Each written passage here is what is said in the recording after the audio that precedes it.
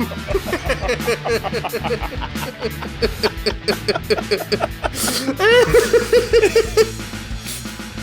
see, it's funny because normally before we record, Matt voice directs and says, let's have 10 seconds of silence, then start laughing.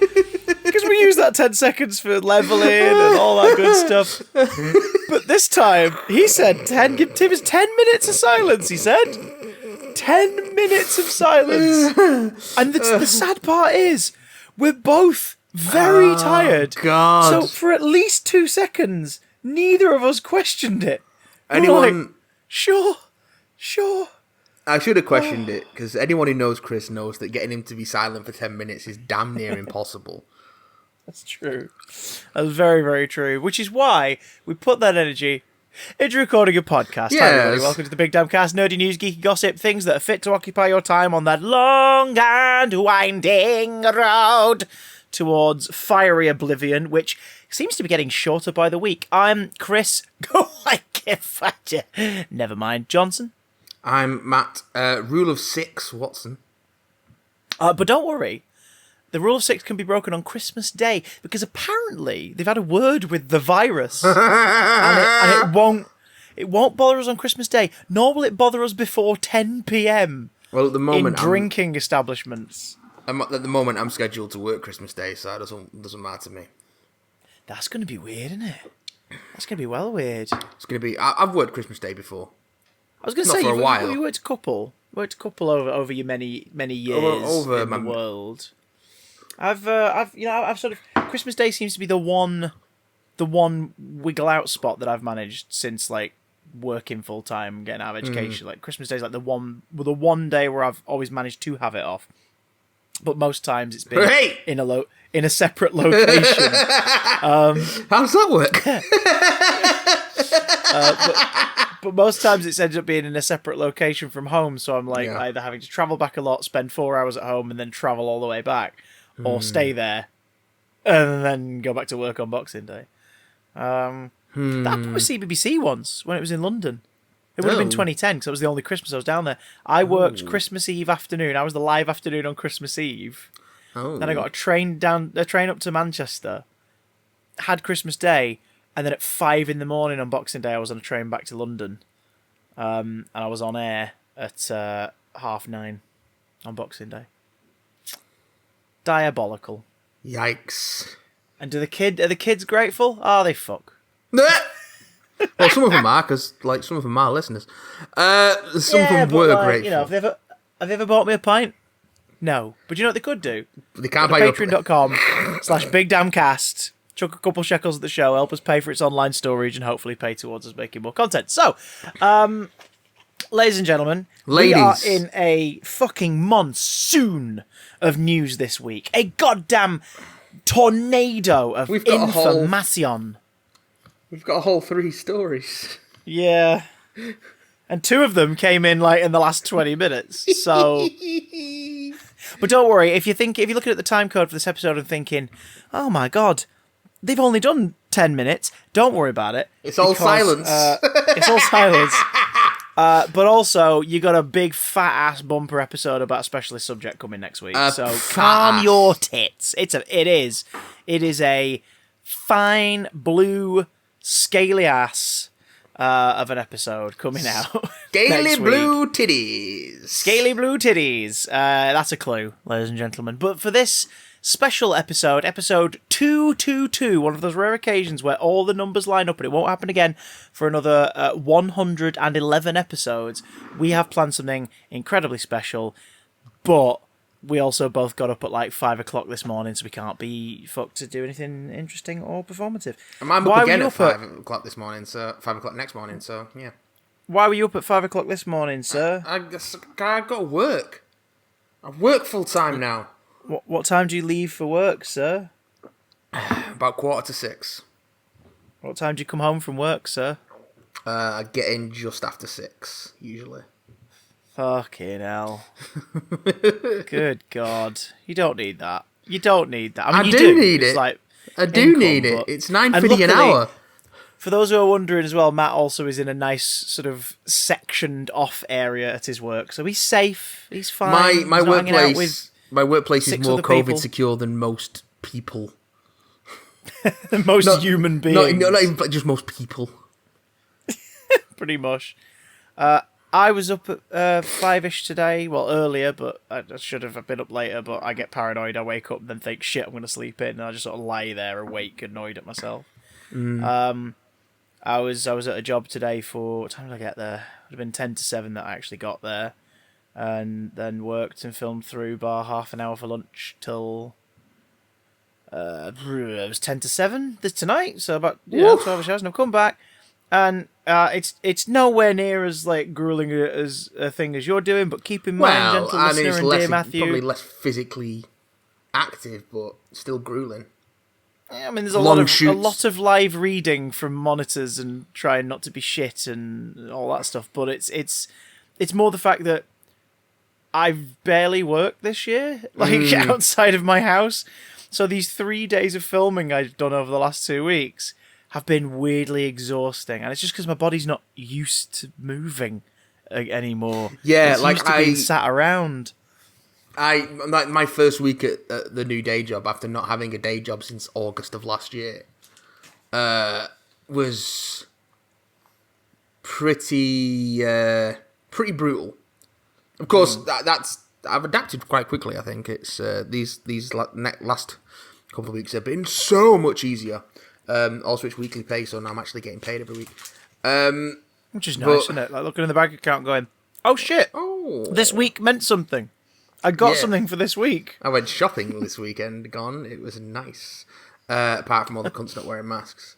And being in the middle of Manchester and going, hang on, why are young people being blamed for this new spike in the coronavirus cases when all the fucking pubs at Exchange Square are jam-packed with old cunts? You know why young people are being blamed? Because young people will be carrying it more often than they were earlier in the year, but that's because they've all been made to go back to fucking work in the service industry jobs, surrounded by all these old bastards who won't leave them alone. And now that the retail and service, retail and hospitality workers now have to wear masks. Like, why was that not already a regulation? Surely, for their own protection, that would be... Yeah. But no, it's not been required. Because I've been thinking that when I've been in the supermarket and I'm all masked up. And then none of the staff are wearing fucking masks. I'm like, you're here for God knows how many hours on the trot, getting all sorts of cunts breathing in your face. Why? The thing that upsets me the most about that in our local is how many of them are so relaxed and just chatting with each other, blocking the way out of the self-service area and stuff. Yeah. You're like, guys, I know it's about keeping your spirit up. I know it's about you lot. You're all in this odd situation together, so talking to each other and laughing and comforting each other is absolutely the best way to go. Sure, but you're blocking the exit. None of you are wearing a mask, and you're all stood right next to each other. What the hell, guys? Come on. Come the fuck on, Bridget. It's frustrating. I've been in a TV studio today. A TV studio at Manchester Studios, the old Granada site, and... it's a small room. Like, it is a very small room that you were recording in. It's a place called The Village. Which, you know, like the M. Night Shyamalan movie of the same name, from the outside, looks full of potential, but on the inside, it's just fucking small. There's no wiggle room. Disappointing. And when I left, I got hit by a modern car. No! There was that, but it's a fine little studio. It does the job, but it's normally used for these kind of package things, green screen shoots, small studio shoots, which is fine. But in the age of COVID, during all these protections, so many things have to be done. So myself and my co-star in it had to always be stood 2 meters apart or more in shot, which sounds odd because you're like, well, you could cheat the shot a bit. You could obviously, have one of you a bit more foreground and have it be of an angled shot, but you're advised not to do that. Because you don't want any kids watching the content to be like, they're stood next to each other. I can do that. Imitable behaviour. So completely understandable. But it's just, suddenly, all these weird little things that you take for granted in terms of interaction are something you have to stop and go, wait, hang on. Now, obviously, we've all been dealing with that, going to the shops and everything, and going back to work over the last 6 months, like, in different stages. But it's really strange in a creative environment where normally everyone's, like, trying to keep each other on this, like, kind of peppy attitude. Everybody's in a really good mood. Do that, you're improvising a bit, you finish a really good take, you normally want to walk over to someone, give them a high five. There's all these little things you don't think about until suddenly wait, no, okay, yeah, no, I'm going to go over there. Bye now. And you've got people changing cables, moving lights, you've got camera operators, you've got PAs. It's just... Lots of bodies, weird. It's so weird. It felt simultaneously good to be back in a TV studio and depressing as hell because suddenly this weird little pocket of familiarity that I'd not seen for a while was like a foreign land. It was so bizarre. And I can only imagine what it's like for those few theatre companies that are braving mounted tours and stuff now at the minute that are doing it like outside stuff and with distance audiences. No, it's about to get a whole lot more difficult. Yeah, well, it was announced today that Kudos have pulled most of their Pantos this year. They're the big Panto company that do like the huge city venues and whatnot, like including like the Manchester Opera House, London Palladium. They've pulled most of their Pantos guaranteed. They've said, we're just going to postpone them to next December. Sorry, folks, we can't take the risk. And it's like, that makes complete sense. Yep. But then you've got some others. There's one in Liverpool where they're doing distanced audiences, so it's a small arena, so it's like 1,000-something seats, and they're limiting it to like 450, and it's about spacing it out in different sections, and tickets that are bought in bundles, they're getting like ID positive proof that it's families that live together, and like all this, that, and the other, and they're telling the audience that they have to wear masks during the play and during the panto, and the actors are going to be tested daily, and it's just like, okay, but maybe just don't. At the same time, obviously we want that industry to come back. We want it to be looked after. Yeah, it's a real fucker. It's a real fucking dilemma now. Watching Andrew Lloyd Toadman, being hailed as a saviour of theatre, like making his argument to government at the end of last month. Yeah, good, fair enough. Someone with a public profile making a point of being like, right, are we going to get some answers now? What's going on? Like, good for him using his power in that way instead of, flying out to fucking New York to argue against, like, tax breaks and stuff for, like, little people within theatre and him get... Oh, don't even... Just look up Andrew Lloyd Webber and tax, guys. Give it a look up. And you'll understand why I dislike him for more than just Love Never Dies. Are you telling me that rich people have problems with tax? Don't like spending money, taxes. I just fucking... Good God. But he used his public profile to, like, argue on the theatre's behalf at the end of last month. So, like, fair enough. Good. Okay. Sure. But, broken clocks. But the argument shouldn't be, when can we get audiences back in? Because the argument is, when can we get audiences back in? Because everyone else is going to, like, pubs and restaurants. That shouldn't be the argument. The argument should be, how are you going to financially support this industry? People who are meant to look after us. How are you going to financially support us while we wait for this to be safe again? Because the argument shouldn't be, well, if they're open, we should be too. It shouldn't be. It should be, hey. No, it's not a give us a break.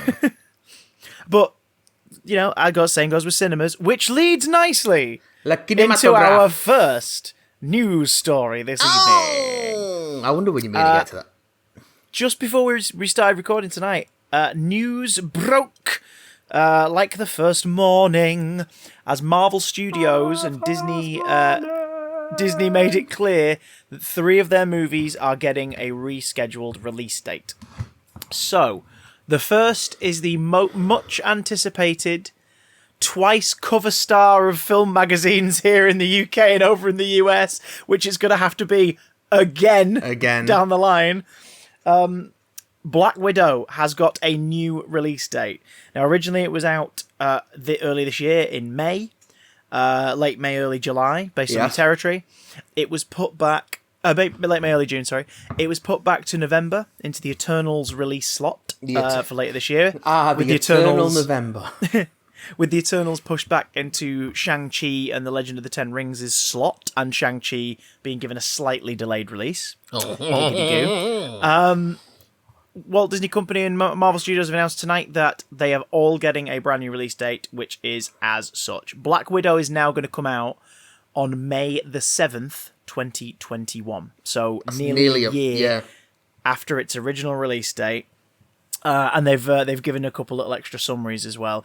I guess as sort of like a little sweetener of the pot. Like, I know you got to wait, but here's a little plot synopsis. Oh, little prick tease.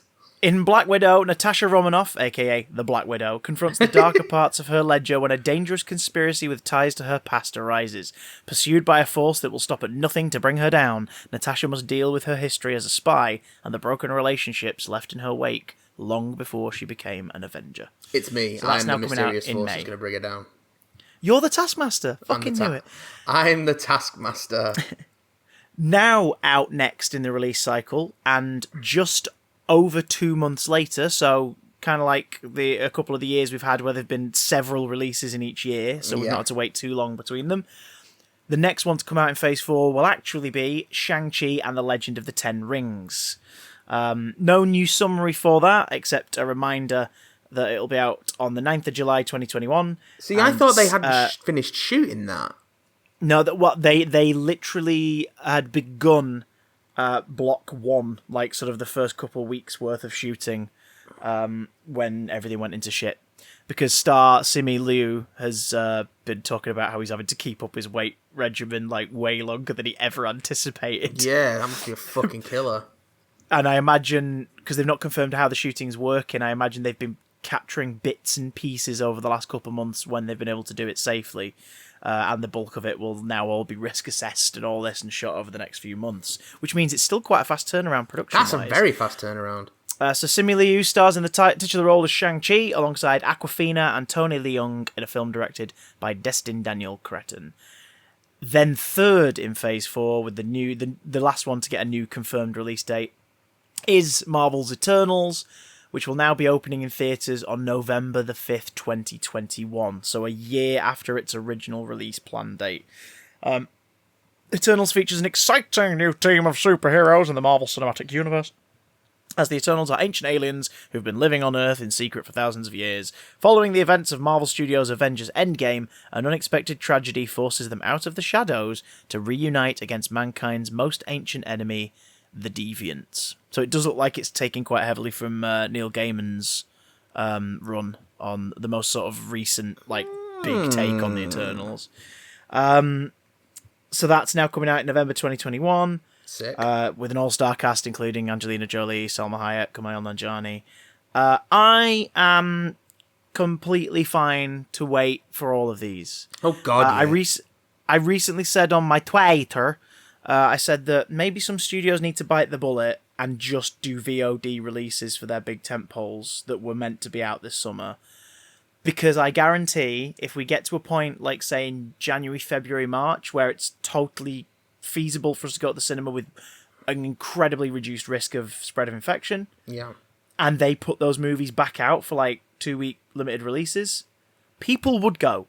People who'd saved it for like, no, I'm waiting for the cinemas, would go, and people who watched it at home would go to see it on a big screen. Like if Black Widow came out tomorrow, if they just went, right, you can rent it immediately from tomorrow for like, 25 quid, you can have it for 2 days, I'd be like, yes, I will pay that now. I'll do it, put the money toward you, with a guarantee that it's going to get a limited release in the new year, and then I'd be like, yeah, if it's safe, I'm going to the cinema to watch it on a big screen as well. Like, I will happily do that, because I want the cinemas to stay a thing. I want them to stay afloat. They're not being supported. It's fucking disgusting.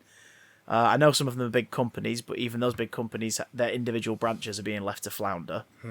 So, like, the exec of Odeon ain't hurting none, but your local Odeon is probably suffering. And has been for years. Yeah, but this is like the nail in the coffin for some. A fuse was laid out for years, and then this year someone actually put a match to it. So yeah, there's still time to stomp out that fuse. But again, like I said, the argument is not why can't we go back to the cinema if people can go to the pubs. The argument is why can't the cinemas be supported by these massive insurance companies that exist just to look after these sort of things until it's safe for us to go back? Because a lot of those big insurers are best friends with the people in power. So, and they don't want to lose their money, despite the fact that's what their entire fucking business exists for. Holy shit! I'm permanently angry, but I'm happy to wait for the rescheduled release of the next MCU movies. And we were saying before the record, this makes it the first year since 2009 where we haven't had an MCU movie come out. Based on how the the release schedules affected by production delays are going. The first year without any MCU product because the Captain America show, Falcon and the Winter Soldier, would have been on Disney Plus at the end of last month, were it not for the delays. They had like 3 or 4 weeks of shooting left, and it was all essential scenes. So that's delayed. But speaking of MCU TV shows, we don't have a release date. Segway's on fire right now. It's because I spent all day saying, go to this BBC website. I'm just like, yeah, come on, let's go. Let's fucking go. Come on. We don't know if it's coming out in December like originally planned. It's very unlikely. The fact this trailer ends with a coming soon tag instead of a date suggests that there is some post-production that they have not managed to work on, or even some shooting they're not managed to fit in. That being said, WandaVision dropped a trailer this week. It did drop a trailer. I can't explain how fucking happy and tingly it made me. Because I love these characters from the comic books. Like, I've always loved Scarlet Witch. I've always loved Vision. I think the film takes are great. I don't get the scary fandom for the film takes because unless you kind of know them from the comics, the films haven't given you that much to go off of with these two. A lot of the heavy lifting has been down to, Marcus and McFeely write great scripts, but a lot of the heavy lifting for Wanda and Vision has been down to Elizabeth Olsen and Paul Bettany, respectively. Really kind of bringing a lot to not very many lines. Wanda, for Christ's sake, appears in Endgame, the biggest movie in the franchise, for a total of about 5 minutes. She says maybe 4 things. But you still come away from that going, gosh, she's fucking badass, right? She is very cool. Oh my God. And Vision, you see him in Age of Ultron. He's weird. He gets the big gasp moment of that movie, which is really special when it happens. He's a weird. And then after that, it's really just down to it's down to Bettany's quirks. It's down to Olsen's reactions to him. It's down to wardrobe choices in Civil War in particular. It's down to little things like that to win you over. That being said, I completely understand if people are absolutely freaking out over this trailer because it just feels fucking weird and different, really different. And we're getting a little more of a zhuzh, a little more of a soupçon of what the plot might be for WandaVision. Because all we know is that Wanda is exploring realities in search of Vision. We don't know what that means. We don't know if that's her going on a quest to try and find his whatever exists of his spirit or whatever out there. Because for those who are not paying attention, Vision was killed at the end of Avengers Infinity War when the Mind Stone was ripped from him by Thanos before he could have his because the whole theory wasn't it, that maybe he's made up of all these different things. Maybe if you take away the Mind Stone, there's still a Vision. Yeah. Well, we never got to find out because Thanos plunges his fucking fingers right into the guy's forehead and rips the Mind Stone out. So, if he was going to survive, we'd never find out. No. Wanda alludes to him at the end, as Clint alludes to Nat at the end of Endgame. They talk about, I think that, they would be proud of us. And you're like, okay, she's grieving. This android that could know love has gone, and she's never going to see him again. Or is she? We know that there's some interdimensional shit going on with this, because one of the cast members, who's not seen in the trailer, one of the cast members is Kat Dennings, returning as Darcy from the Thor movies. And hers and Jane Foster's and Selvig's study was all about different dimensions and traveling between worlds, so that's obviously going to play a part in some way. Agent Wu, we don't see him in the trailer, but he's in there. So there's going to be some stuff to do with either the CIA or S.H.I.E.L.D. We get a very, very brief glimpse of Monica Rambeau. Because she's confirmed to be in this. Is all it? Grown up. Yes, all grown up. Because someone else was cast as her last year, and they said, yeah, the little adorable girl from Captain Marvel. Yeah, well, it's now 2020, so she isn't a tiny girl anymore. And we see a character crash onto the floor, and it's like, I'm sorry, the hair, the actress, it's like, that's her. What's her point? What's her angle in this? Why is she involved? Why is a character from Captain Marvel in this story? I guess we'll find out. But the main highlight is the weird sitcom-y kind of... Do you know what it reminded me of, weirdly? What's that? really strong Twin Peaks vibes. Just felt kind of off. Yeah. Like it looks a certain way, but the feeling is just not quite right. Yeah, like particularly in the second season of Twin Peaks, where a lot of people feel it was treading water, but I think there's some it was really just good them stuff in going, there. you know, Let's do something fucking weird. I just want to film weird shit. It just became a soap opera that was odd, a very odd soap opera. Yeah, in which things like people getting trapped in doorknobs happened. Yeah. And that's kind of the vibe I'm getting, especially from that bit where Vision approaches the lady who's like frozen in the car. She's not moving. That's Catherine Hahn. So he taps her, and she reacts. She's like, "Am I dead?" And he goes, "No. Why would you say that?" She goes, "Because you are." And then she just starts cackling. You're like, "What is happening?" It's very odd.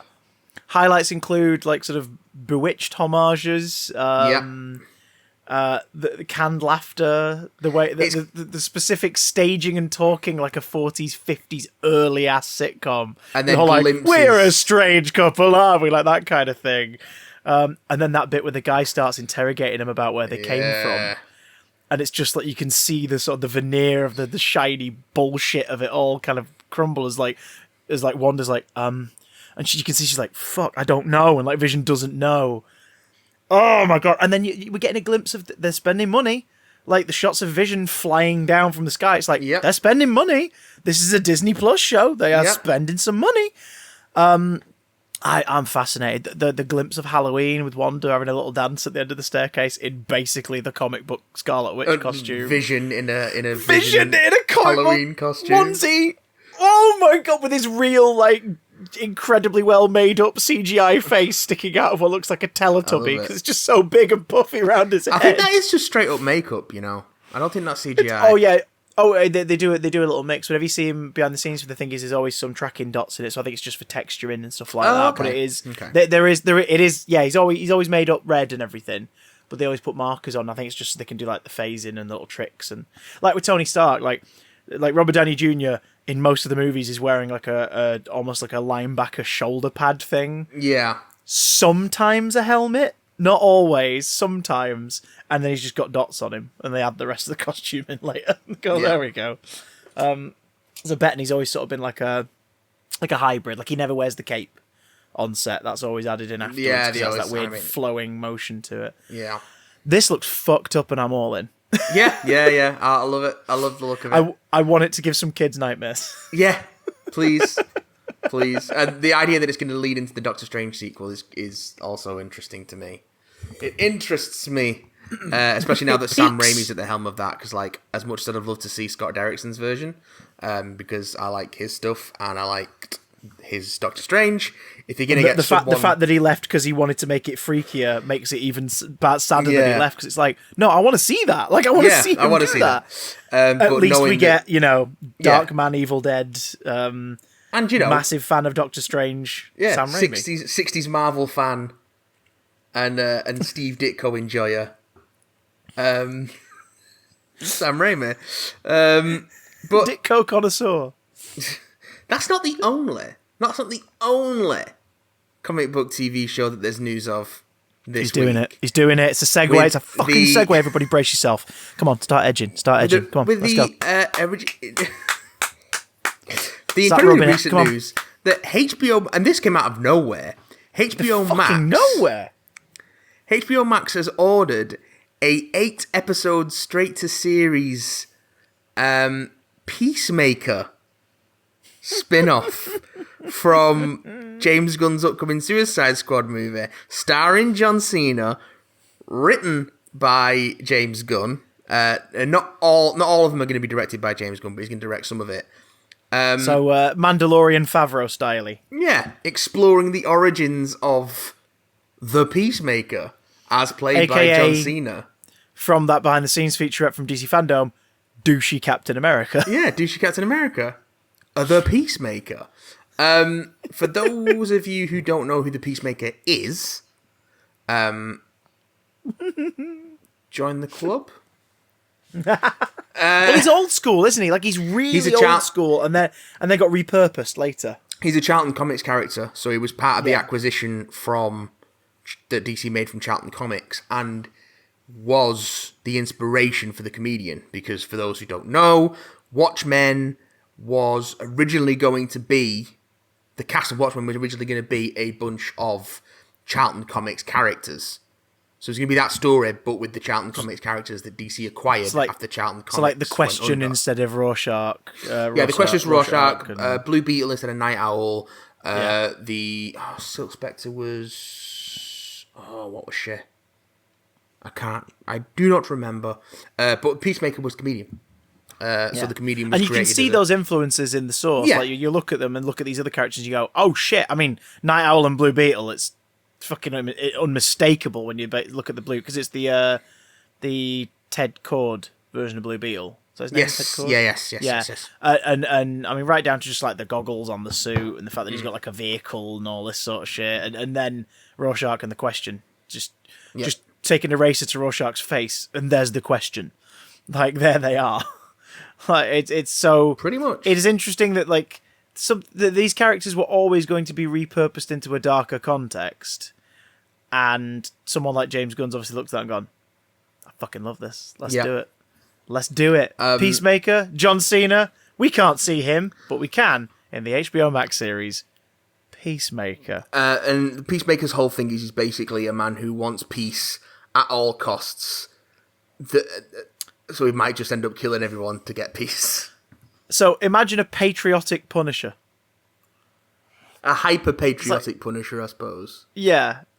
Like he's it's the whole like, this is for America. It was just a child crying. That crying was disturbing the peace. So he's ultimate Captain America then. Yeah. Pretty much. It's Don't go back and read the Ultimates. Yeah. It hasn't aged well. No, well, but Hulk kill Freddie Prinze Jr. Christopher, do you think this A on my head stands for France? Yeah, but the Chitauri in the second arc are pretty. Do you but think that's mostly down to Brian Hitch being a really good illustrator. Anyway, so Peacemaker series being ordered. I have suspicions as to why this has happened. Aside from obviously the fact that HBO Max could do with another TV series with a big popular star who could win over subscriptions, and also a DC TV series exclusive to HBO Max that hasn't been inherited. Because I know why it's happening. James Gunn's been sat at home bored as fuck and has obviously gone, yeah, I've got an idea. I've got an idea, guys. I know why it's happening. I'm not going back into production on Guardians of the Galaxy 3 till at least like late 2021. So do you want to film a Peacemaker show at the start of next year? Peacemaker? You mean John Cena?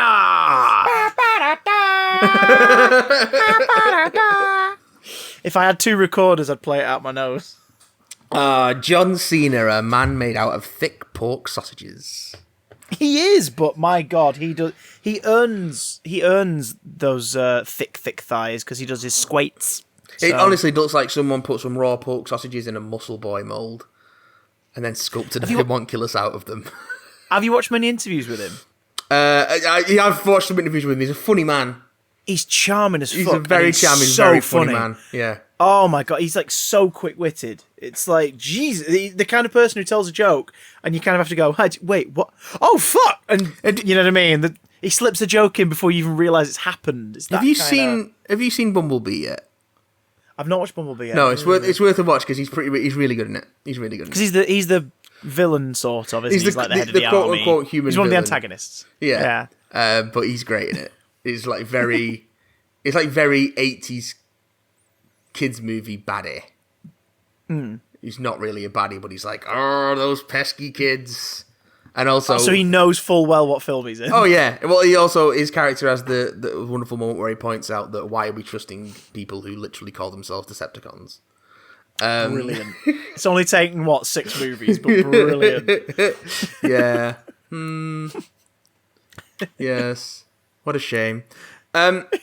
Christopher. Mattstopher. I went shopping this weekend. You did. You went out into the real world. And I bought a video game. You bought a video game? Yeah. I what wanted video game did you buy with your hard-earned cash, Wari Nan? I wanted to play a Marvel video game. Oh. starring Captain America and the Hulk and Thor and Black Widow and Ms. Marvel. And, don't do me like this. And Iron Man. Don't do me like this. And I bought Marvel Ultimate Alliance 3 for the Nintendo Switch. Oh, thank fuck. Oh my god. Oh my god. I was going to lecture you. I was going to rail on you like a dirty hippo. I'm going to tell you a little bit about it. It's real good. So, for those who don't know, this is the long-awaited sequel to 2011's Marvel Ultimate Alliance 2 for the PS3 and Xbox 360. I guess it's a sequel in name only. As far as I can tell, it's not really related to... From what I've learned about it, it ignores the continuity of the previous two. The design is completely different. Please tell me there are mutant characters in it. Please tell me there are mutant characters in it. Oh my god, he's thinking. Who? Yeah, there are mutant characters in it. He's like Wolverine is one of your. There are 36 characters in the base game. Okay, that's good. That's good. The reason I asked that is because obviously in recent years they've really shied away from any of the Fox property stuff, even when it's a completely comic book style thing. Like that other Avengers based game we won't mention. Yeah. There are no planned currently released characters based in the X-Men franchise, or Fantastic Four for that matter, and I am so upset about that. Well, I'm upset about it because that game's shit, but I'm also really upset about it. So knowing that the Switch at least gets to be a good boy and have some X-Men in it, that makes me happy. You start off playing as the Guardians of the Galaxy because the whole thing of this game their debut in an Ultimate Alliance game. This game is all about the Infinity Stones, not Gemstones. Yeah, it's called the Black Order. Black Order. So it starts off with the Guardians of the Galaxy. For you filthy fucking casuals, that's the children of Thanos. But fuck that shit. Oh my god, is he called Black Dwarf? If he is, I haven't met him yet. Oh, okay. I'm not all the way through it, but the only Black Order members I've met so far are Proxima Midnight and Corvus Glaive. Is Corvus Glaive the absolute scene stealer that he is from the comics? I mean, he's pretty good. He doesn't get to be that in the films. He's just creepy and there in the films, but in the comics, he's a fucking he was my favorite in Infinity. Proxima's had the most dialogue, so she's great. She's amazing, and the movies kind of went Ebony Maw. We're going to give Ebony Maw all the cool and creepy shit to do. So you start off as the Guardians. You wind up fighting Nebula on a Kree ship, and it's a very MCU influenced design for Nebula. Well, they kind of have done that now. They've sort of ignored the big blue hairstyle and pink leotard versions. Probably because it sucks. That's why. There's a nice balance between like comics influence and MCU influence. Like the Guardians are all somewhere in between the movie and the Bendis iteration of the comics in terms of design. I like that run. I think all of them have the Abnett and Lanning run outfits as unlockable outfits. Oh, it's like the blue and yellow uniforms. Yeah. Blue and red, actually, for the majority of that run, isn't it? Star-Lord and Groot definitely do anyway, because Rocket and Groot are one character. Oh, okay, that makes sense. They're like a combo character. So you start off as Star-Lord, Gamora, Drax, and Rocket / Groot. You fight Nebula, Infinity Stones get released, you get teleported to the raft in the middle of a breakout, and you realise that someone's coming for the stones, and then you run into the Avengers, and then it goes from there, and it's what you expect. It's a grand tour of the Marvel universe with as many characters as possible. Like I said, there's 36 playable heroes in the base game, and then there's 3 DLC packs that add a total of 16 characters on top of that. Fuck. So far, what's the DLC pass looking like? Is it like pretty tasty or? Yeah, so all the DLC's out. So I bought the pass as well. So there's a Curse of the Vampire pack, which is about Morbius. I don't know if Morbius is playable, but it definitely adds Blade, Punisher, and Moon Knight, because I've already unlocked Blade. It's the first one's Marvel Knights themed, the second one's X-Men themed, and the third one's Fantastic Four themed. Oh my god, that makes me happy. And I don't know if that makes me so happy. I don't know if the any of them had like any proper story missions, but they all like gauntlet modes, which are like endless challenge modes and new characters and unlockable stuff. I mean, there's definitely theming at least, like sort of for the collector minded. The moment you started listing the characters in the Morbius set, I was like, so basically a Marvel Knights. set. It's Marvel Knights. Because the first one's Curse of the Vampire. The second one is Shadow of the Phoenix, I think. And that's the X-Men one. Phoenix is cast a shadow. I don't know. It might not be Shadow of the Phoenix. It's something of the Phoenix. And then the third one is something Doom, because it's fucking Doom. Fantastic Four. And yeah, need no more. You don't need no more, because it adds all of them. And Doctor Doom. Fuck off! You get to play as Doom. Well, you do, but not yet, because the DLC doesn't unlock until certain points in the main story. So you get the Morbius one straight away, but you have to do the actual X-Men mission in the main game, like the X-Men section, before you get to do the thing. What's your hub world like in it? Like, what's the hangout spot? There is none. There is no hub, but you just go from mission to mission to mission, and then you can go to the main menu and do chapter select. But so far, can you chat with people and just like hang with them and stuff, or is there none of that in this one? There are moments where you can do that, but there's basically transitions from one level to another. Oh, okay, so sort of like little stop-off points between the action. Yeah, usually when you like meet other characters, after you meet them, there'll be a section where you can chat to them briefly before you move on to the next section. That becomes a save point. But when you revisit missions, you can go to each chapter and pick up from each checkpoint in each chapter. So if it's a shield, that's good. It's the same. It's the same as the previous games where it's the blue shield extraction point. Like, that's preserved. It's still a team of 4 that you switch between at any time. If you're absolutely buggered, you could, and you want to replay it, but there was one bit that was a nightmare to complete. You can always just skip that if you want to replay it and go to the next bit after. Well, and it also that's pretty good. Shows you what collectibles you have for each chapter and stuff, so you can go back and do collectible hunting. It's got the usual, grind and find. Yeah, the concept art gallery and stuff. I don't know what the level cap is for the characters, but I know you can level them up to at least 200.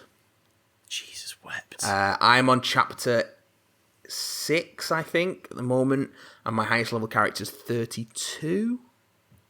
Damn, got a way to go. So yeah. What's the art style like? It's very cartoony. That's good. Everyone's very exaggerated.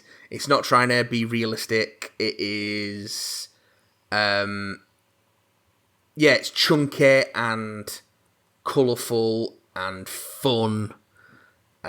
Like I say, the designs tend to be sort of halfway between the MCU and the comics. It sort of has a think like someone mashed up the Avengers Assemble cartoon, which was a bit crap, and the Earth's Mightiest Heroes cartoon, which was great. Yes, and it's kind of halfway between those two art styles. So it's in the middle. Yeah, and it's cribbing, the sort of more the most popular looks for each character. So like when Cyclops turns up, he's in a modern version of his 90s costume. Yeah. And stuff like that. Like Wolverine's in a sort of 90s / astonishing yellow and blue costume. So it's that kind of thing. Hawkeye's in the modern comics version with, like the sort of stripped back black with the purple arrow on his chest. That kind of thing. But roster-wise, I, so far, have got a lot of returning cast from previous Ultimate Alliance games. Notable debuts include Wasp. Ooh, yeah. Star-Lord, Gamora, Drax, Rocket and Groot. Crystal. Shit, really? Yeah, that's pretty. That's pretty good. If you're gonna do Inhumans, use the popular ones. Like use the ones people like and are invested in. As far as I know, she's the only Inhuman who's playable.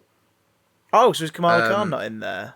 Oh, sorry, the only Inhuman royal family who's playable. Yes. Oh, right. From the characters known as the Inhumans. Kamala Khan is in there as Ms. Marvel, of course, joined by Miles Morales, Spider-Man. Hey! And SpiderGwen. So was she called in the roster? Is she called Spider-Woman, Ghost Spider, or SpiderGwen? SpiderGwen. Fucking cowards. You That's first, the name of her book, not the name of the character. You first bump into her, Miles, and Kamala in the Raft Breakout Chapter 1. And they're the champions! They're the champions. Oh my god! That makes me happy. And you have to fight them because they're being mind controlled by Mysterio. Wait, what? He doesn't do that shit. Well, he's tricking them, isn't he? He's illusioning them.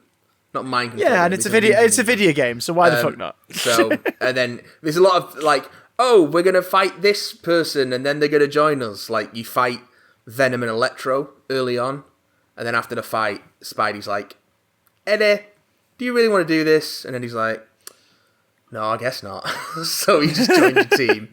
I guess I'll join the team. So you've got, classic Eddie Brock Venom. You've got your main stage. You've got Cap, you've got Thor, you got Iron Man, you got Hawkeye, you got Black Widow. Actually, this is the first time Black Widow's been in an Ultimate Alliance game as a playable character. Yeah, she's been in it, but she's never been a playable. Yeah, she was in like the PSP version of the first one.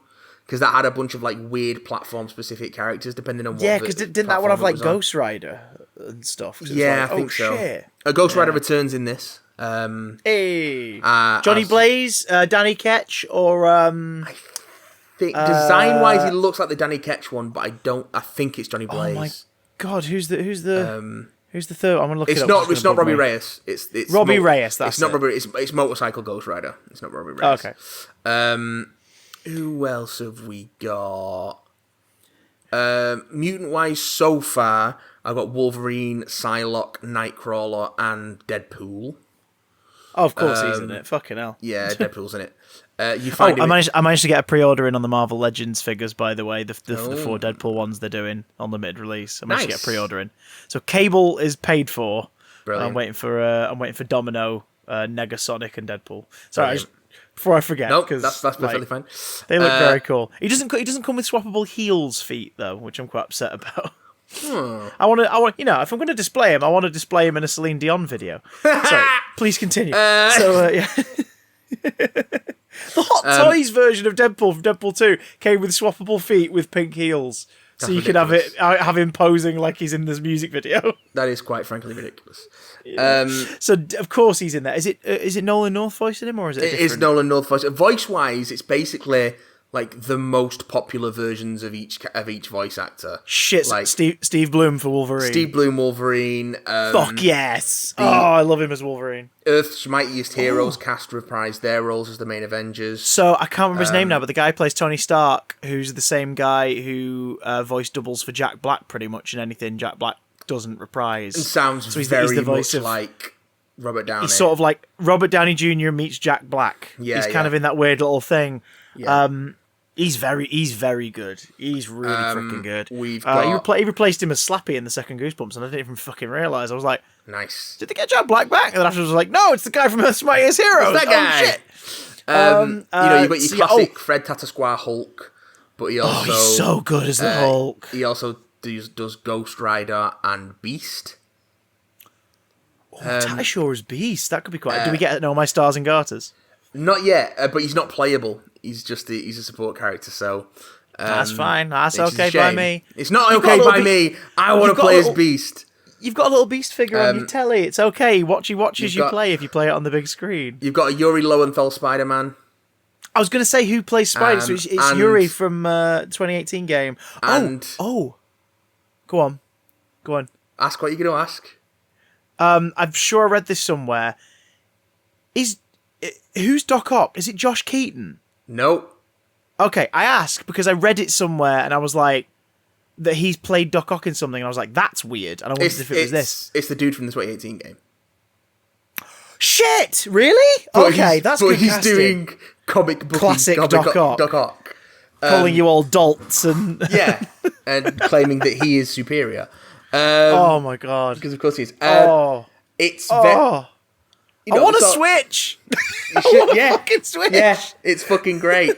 And like just for this game, you're complaining about the other Marvel game that's out at the moment, like not really taking you through like supervillain fights. This throws them at you. Yeah, well, I mean, come on, you just told me that the champions are in it. Yeah. As a boss fight, because Mysterio's mind controlling them. Like, that's fucking... You're getting to fight teenage superhero fan favorite characters because a classic Spider-Man villain's using them as a boss fight. Like, that's brilliant. So far, that's what you want in a superhero game. So far, I fought Nebula and Ronan on a Kree ship.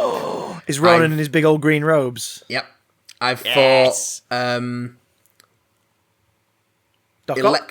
fought Electro, Doc Ock, Venom, Mysterio, and the champions.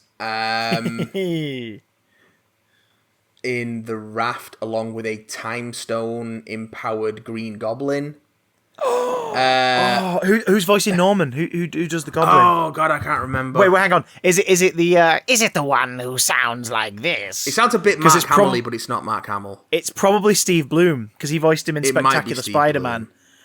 His Goblin's freaking great. Like I say, they basically brought back all the fan favorite voice actors. I am rock hard right now. Josh Keaton is in it, but he's voicing Ant-Man, who in this is Scott Lang.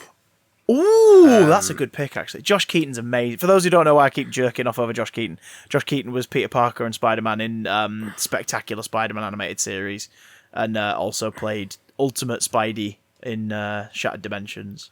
Yes, Steve Bloom is very good. Is Green Goblin. He's Bullseye, Green Goblin, Venom, and Wolverine.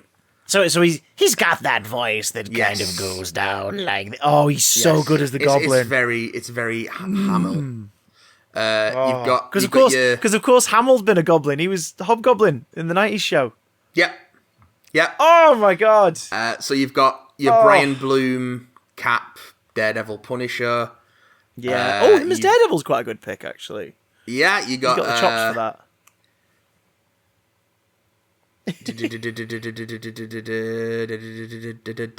Nolan North as Deadpool and Rocket. Is he also Rocket? Yeah, he called it. Rocket, yeah. He gives good Rocket. Loads of good ones. But yeah, if you go to Shadowland and fight the Kingpin. You go. I want this. Yeah, you should. Oh, and Elektra, of course. But Shadowland, it was a shit arc, but it had some really good individual issues in it, and it means Kingpin. When you meet the Avengers, you get teleported around by Lockjaw. Of course you do. Is he a good boy? He's a good boy. Is he a good boy? He's a good boy. He's such a big boy. Give him belly rubs. You go to the X Mansion. You meet Cyclops, Colossus, Psylocke, who's British. Good. She should be. She bloody should be.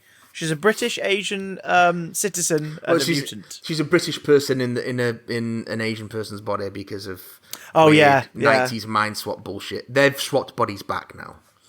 Have they? Yeah. Oh, okay. So, all right. Is she still related to Captain Britain? Yeah. Still a Braddock. Yeah, original Psylocke is Betsy Braddock, and then she gets put into the body of the assassin known as Quanon. Of course. The assassin known as QAnon? QAnon. Oh, no! And that's the 90s swimsuit Psylocke that everyone's familiar with. Yeah. You fight Magneto with the Power Stone. And he's got Juggernaut and Mystique with him. Of course he does, because he knows that he's in a good game. He knows he's in a good game. He gets to hang out with cool characters. At the moment, I'm fucking around in the Dark Dimension because I'm running from the Black Order. So Scarlet Witch opens up a rift the Dark Dimension so we can run away and regroup. Please tell me you're going to fight... The Dark Dimension's where the freaking Shadow King is, right? No, the Dark Dimension where Dormammu is.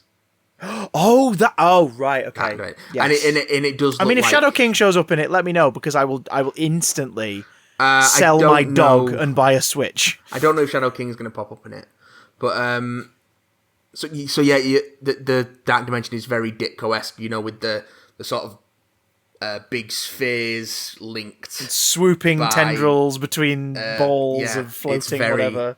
It's very Ditko. Like you can tell, this is made by Japanese teams, made by Team Ninja, but you can tell it's made by a team that have a lot of love for Marvel lore. So I've already fought a Dormammu possessed Doctor Strange. Of course you have. That's standard. Met up with Ghost Rider. Standard. Fought a whole bunch of mindless ones. Big old clay boys with no faces and giant fingers. Big old mono-eyed clay boys. Yeah. Oh god, I want this game. Good stuff. I want this game. I don't know. Want this game. I know I've got some Black Panther stuff to come at some point.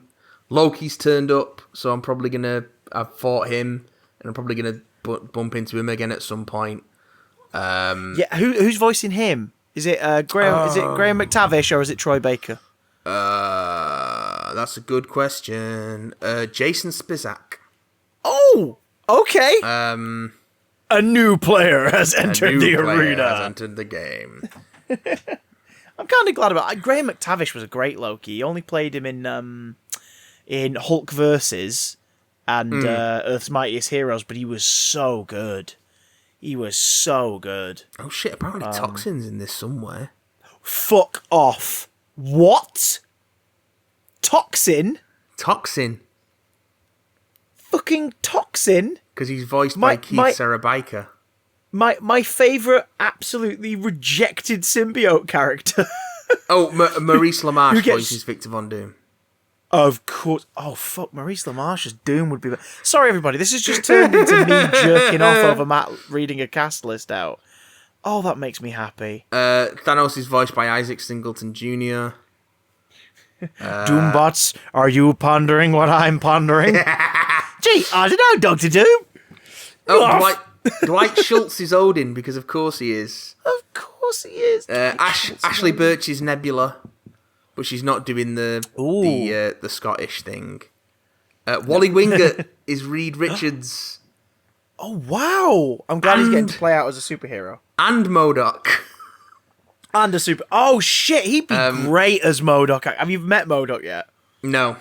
Please tell me how that goes. For those who are wondering why that excites me, Wally Wingert is the voice of the Arkham Riddler. Yeah. So, he's fucking great in that role. And to have him play a Poindexter superhero is quite a good shout, but also to have him play MODOK could be a lot of fun. You got Tara Strong pops up as Jessica Jones. Oh, Jessica's in the game. Oh, here's a deep pick for fucking playable characters. Someone I met in the Dark Dimension and joined my team. When you open the box, on the inside of the box cover art, there's all the base roster. I'm like, oh, okay, cool. And there's one room like, is that, because it's all head and shoulder shots. I'm like, is that Squirrel Girl? Like modern Squirrel Girl. It's not Squirrel Girl. It's It's Elsa Bloodstone. Fuck the fuck off. I mean, to be fair, Japanese studio, Japanese audience, first intended release audience.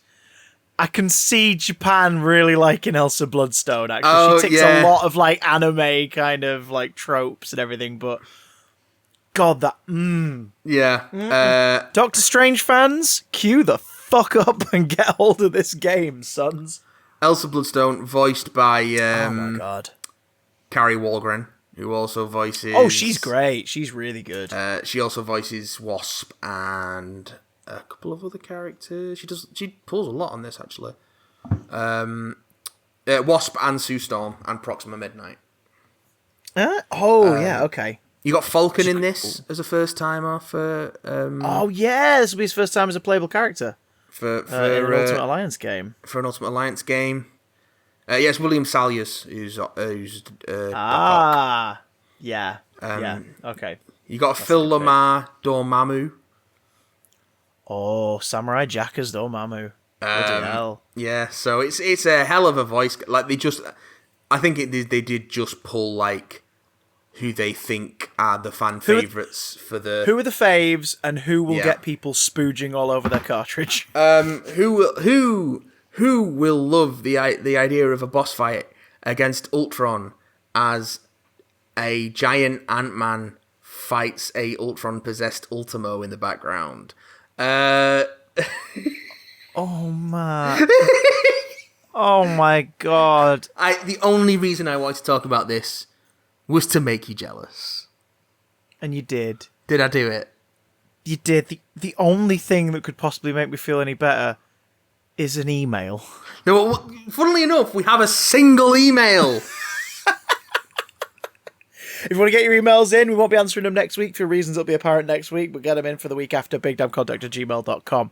Be like our good buddy... would you guess? Sam? It's Sam. Sam with his weekly therapy check-in, telling us what he's been up to and also what he's planning. Sam's coming down with a list of demands. He'll release the hostages if we listen to his plans. I'm actually confused because the email is titled, "Hello there, it's your old friend Adam West." But... What? Oh? But the first line of the email is... "Hello, it's me, the Riddler, I mean Sam." Wait. I'm so confused. Sam will release the hostages if we listen to his plans. Let's start! The grin on Matt's face right now. I have a feeling he's looking at this email for the first time in depth. When Batman and Robin get a tip that Commodore Schmidlap is in danger aboard his yacht. That's the end. That's a sentence. What? That's not a sentence. So the way to tell us who the villains are is... full stop, not a colon. Oh. A C. C for Catwoman. And at the dot... Yes. Oh, Batman. Yes. To man whose name is Mr. P.N. Gwyn. Holy ice cream, Batman, it's the Penguin. Riddles for the Riddler. And the riddle is and joke for the Joker. Look, I love this movie because it's shit and I love films that are shit. So next week, Ghostbusters. What? Right, okay. Sam, before we even... I mean, what the fuck was that last sentence, Sam? We're gonna have some fucking beef, Sam. Ghostbusters is not a shit movie. And neither is Batman the movie. No, Batman it's the movie not. Is fucking great. It's Batman the movie is a joyous 2 hours of what the fuck am I watching? It's beautiful. High camp superhero bollocks. I love it. But oh my god! Give us something. You buried the lead. The Catwoman clue's the last one they figure out, and they're like, "Out at sea, C for Catwoman." It's like, what the? It's so good. How did we figure that out? Because the script said so. It's so good. Anyone who's never given Batman the 60 series or the 66 movie a chance, please do, because it's a comedy. It's a comedy that plays completely differently to two specific age groups of audience. If you are like up to the age of sort of 8, it's the most exciting, action-packed superhero live-action show you've ever seen. Yeah. Then you kind of hit that weird patch around like 9, 10, 11, 12, 13. You're like, it's freaking stupid. Like, what is it? I don't get it. And then you check it out again when you're a bit older and you go, oh my god, it was a comedy. It's a comedy. It's a comedy. They're playing it as a comedy. It's written as a comedy. When I was a kid, I had no idea this was meant to be funny. I thought it was real. I thought it was high-octane thrills and spills. I thought they were genuinely going to die in those cliffhangers. It is a balancing act of pure class. It is so good. And it's just sort of... if you ever approach it as you're like, I don't like, why would I watch this Batman? It's because you've tricked yourself into thinking that Batman's meant to be grim and serious. There's nothing grim and serious about Batman. He's a children's comic book character who dresses up as a bat and punches clowns. Although I am looking forward... tell. Go on, you are looking forward to Batman. To grim, serious eyeliner wearing Batman. Oh no, absolutely. And that's the thing, you can tell those stories with him. But he's a children's character. Like, it's perfectly acceptable to watch bullshit comedy starring that character and enjoy it. Yes. Like, the Lego Batman movie and Batman the movie are two of my favourite takes on the character. Like, I love it. I love it.